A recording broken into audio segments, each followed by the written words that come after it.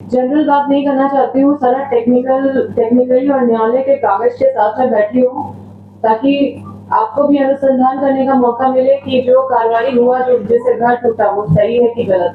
तो मैं सबसे पहले तो मैं शुरुआत करना चाहती हूँ कि आप लोग सब जानते हैं कि लगातार 15 साल से हमारे परिवार के ही कोई ना कोई बड़कागांव में विधायक के रूप में काम किए और पूर्व मंत्री भी रहे हैं और लगातार जनप्रतिनिधि के तौर पे हमारा पूरा परिवार बड़कागांव में विस्थापितों के लिए मुआवजे और पुनर्वास को लेके, भू अर्जन को लेके, विस्थापन को लेके लगातार संघर्ष करते आ रहे हैं, जिसकी वजह से आप लोग जानते हैं कि हम लोग को हमेशा टारगेट किया गया, जेल भेजा गया, झूठा मुकदमा किया गया। मतलब हमको लगता है कि झारखंड में कोई ऐसा परिवार नहीं होगा जिसने इस लड़ाई में इतना झेला हो।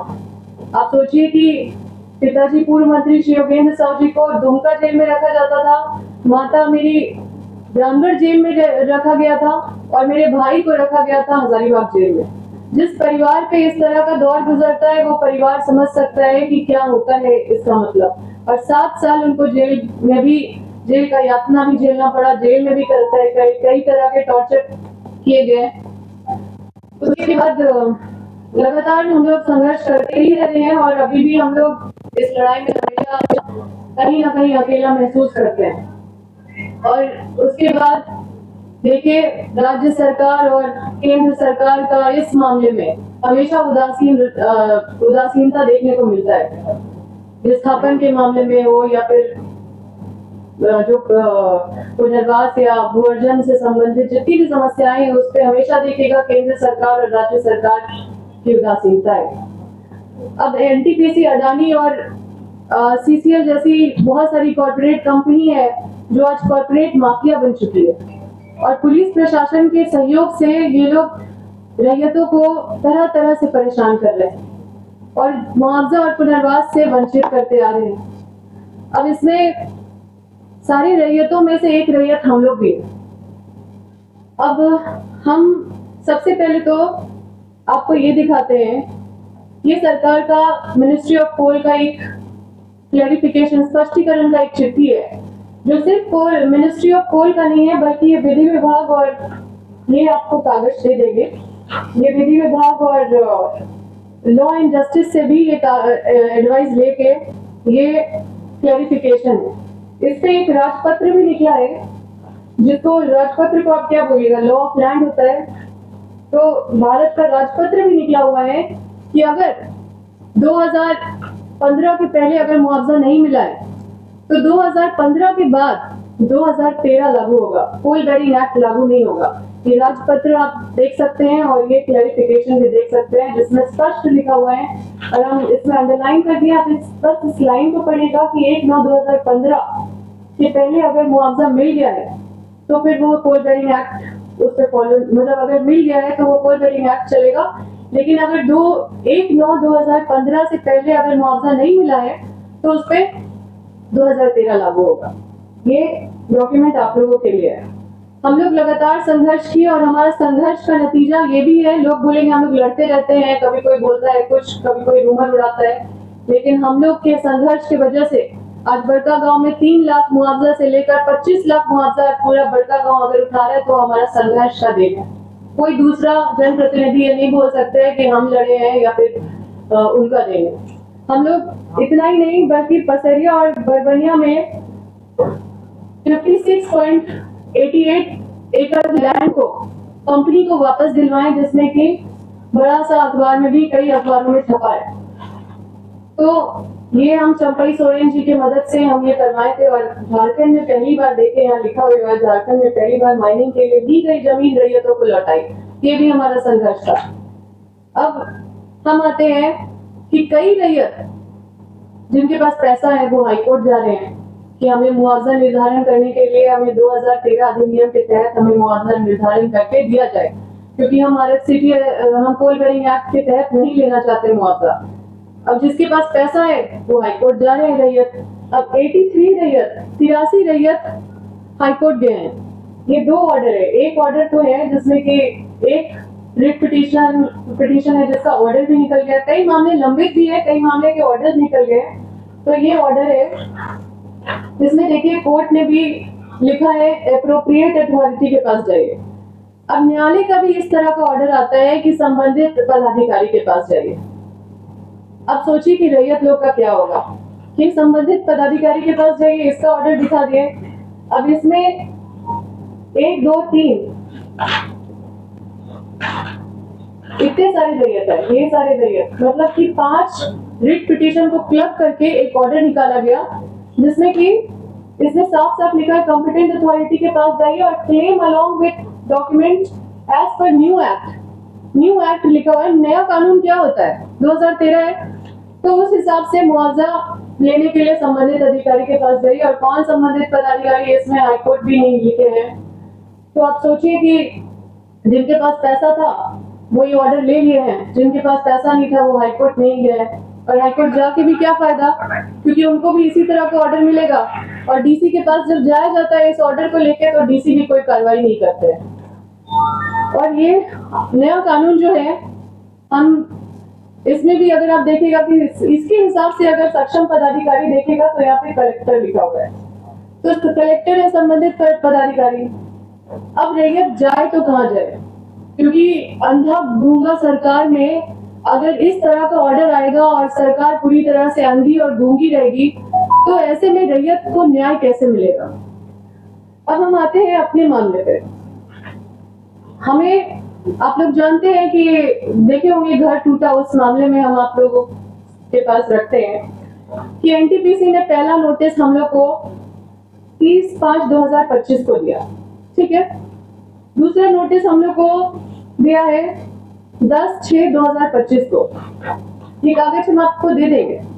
और तीसरा नोटिस दिया है 20/6/2025 को, ये तीसरा नोटिस है हम।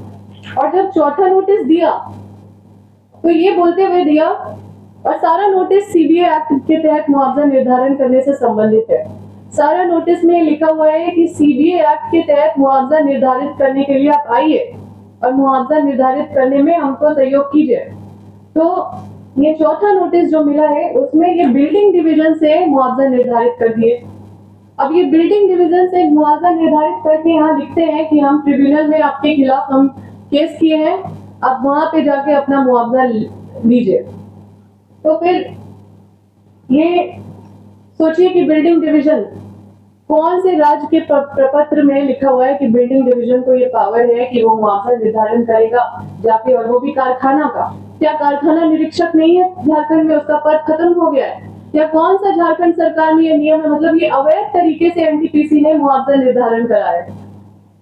ये कागज आपको जरूरत होगा तो दे देंगे। अब ये कोर्ट के ऑर्डर है और ये कोर्ट का पिटीशन है जो हम नहीं, एनटीपीसी खुद ये फाइल किया है, और ये हम नहीं बोल रहे, ये एनटीपीसी खुद बोल रहा है कि हम जो भूमि अधिग्रहण है वो 24/6/2008 को किए। अब 24/6/2008 को भूमि अधिग्रहण किए हैं और 25 को हमको नोटिस दे रहे हैं मुआवजा निर्धारण करने का।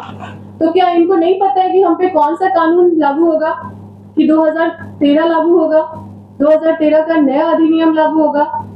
तो हम कोर्ट गए, कोर्ट में हम केस नहीं किए, ट्रिब्यूनल कोर्ट में यही केस किए हमारे खिलाफ। तो वहां पे ये लिखे हैं कि हम 24/6/2008 को हम अधिग्रहण किए हैं। तो 24/6/2008 को अधिग्रहण किए हैं, आज 2026 है, और ये कोर्ट में 2 प्रेयर करते हैं, ये इन्हीं का प्रेयर है। और हम ये भी बताते हैं कि हमारा भी केस चल रहा है, हम भी किए हैं एनटीपीसी के खिलाफ केस, और ये रिट पिटीशन जो हाईकोर्ट में है उसका नंबर 5483/25 है, जिसको जो एनटीपीसी के खिलाफ चल रहा है। तो ये रिट पिटीशन में हमने भी आईए फाइल किया था, आईए नंबर 540/2026 है, जिसमें हमने स्टे के लिए मांग किया था कि जबरन ये हमारा घर तोड़ने का प्रयास या साजिश किया जा रहा है, इसमें तुरंत स्टे लगाया जाए। और यहाँ पे जो एनटीपीसी ने प्रेयर किया, ये बहुत मजेदार प्रेयर है, आपको सुनना चाहिए। एक प्रेयर किया है कि नेसेसरी डायरेक्शन, मतलब डायरेक्शन दिया जाए, ये क्लेमेंट को डायरेक्शन दिया जाए विद कि रिमूव द स्ट्रक्चर को रिमूव करने के लिए, और withdraw the aforesaid complaint case. इतना मतलब हम कोई केस किए हैं हजारीबाग में, उसको विड्रॉ करने के लिए, ये सोचिए इनका इतना हिम्मत है, इनका मतलब गुंडागर्दी कोर्ट में भी चल रहा है कि ये कोर्ट में प्रेयर कर रहे हैं कि ये जो फलाना केस कंप्लेंट केस नंबर है इसको विड्रॉ करने के लिए बोला जाए, तब जाके इनको मुआवजा मिले। और ये मीडिया में आके बोल रहे हैं इनको मुआवजा मिल गया है, हम तो ये ऑर्डर आपको दे दे रहे हैं। ये किस तरह का प्रेयर कर रहे हैं, तो आप समझ सकते हैं इनका मंशा क्या है।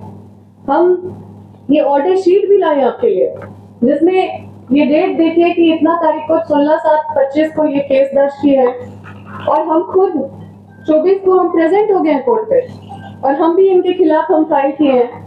और उसके बाद 13 तारीख को जब हम प्रोटेस्ट के साथ चेक लेने के लिए हमारे पार्टी गया, जब योगेंद्र साहू जी प्रोटेस्ट के साथ मतलब विरोध के साथ चेक लेने के लिए जब कोर्ट में गए, तो इन्होंने तुरंत एक उसी दिन पिटीशन डाला कि इनको चेक नहीं मिलना चाहिए, पहले ये केस वापस ले, पहला, और दूसरा कि अपना स्ट्रक्चर खत्म करे। और हमने जो हाई कोर्ट में स्टे के लिए प्रेयर डाला था उसका नोटिस उनको मिला, है जवाब देने के लिए उनको जो तारीख मिला है वो 19/3/2025 को मिला। अब 19/3/2000 नहीं, सॉरी 14/3/2026 को इनको नोटिस मिला, और 19/3 जैसे ही इनको स्टे का नोटिस हाथ में मिल गया, 19/3/2026 को ये जाके 2000 फोर्स के साथ घर को ध्वस्त कर दिए। अब सोचिए कि इतना इनका जो इतना हिम्मत कहां से आया। कोर्ट में मामला चल रहा है, कोर्ट में इनको रिप्लाई प्रोवाइड करने के लिए बोला जा रहा है, कोर्ट में हमारा बहस के लिए पेंडिंग है मैटर, हमारा इनको भी ये भी आ रहे हैं, हम भी जा रहे हैं, और इसी मामले पे ये कोर्ट में चल रहा है।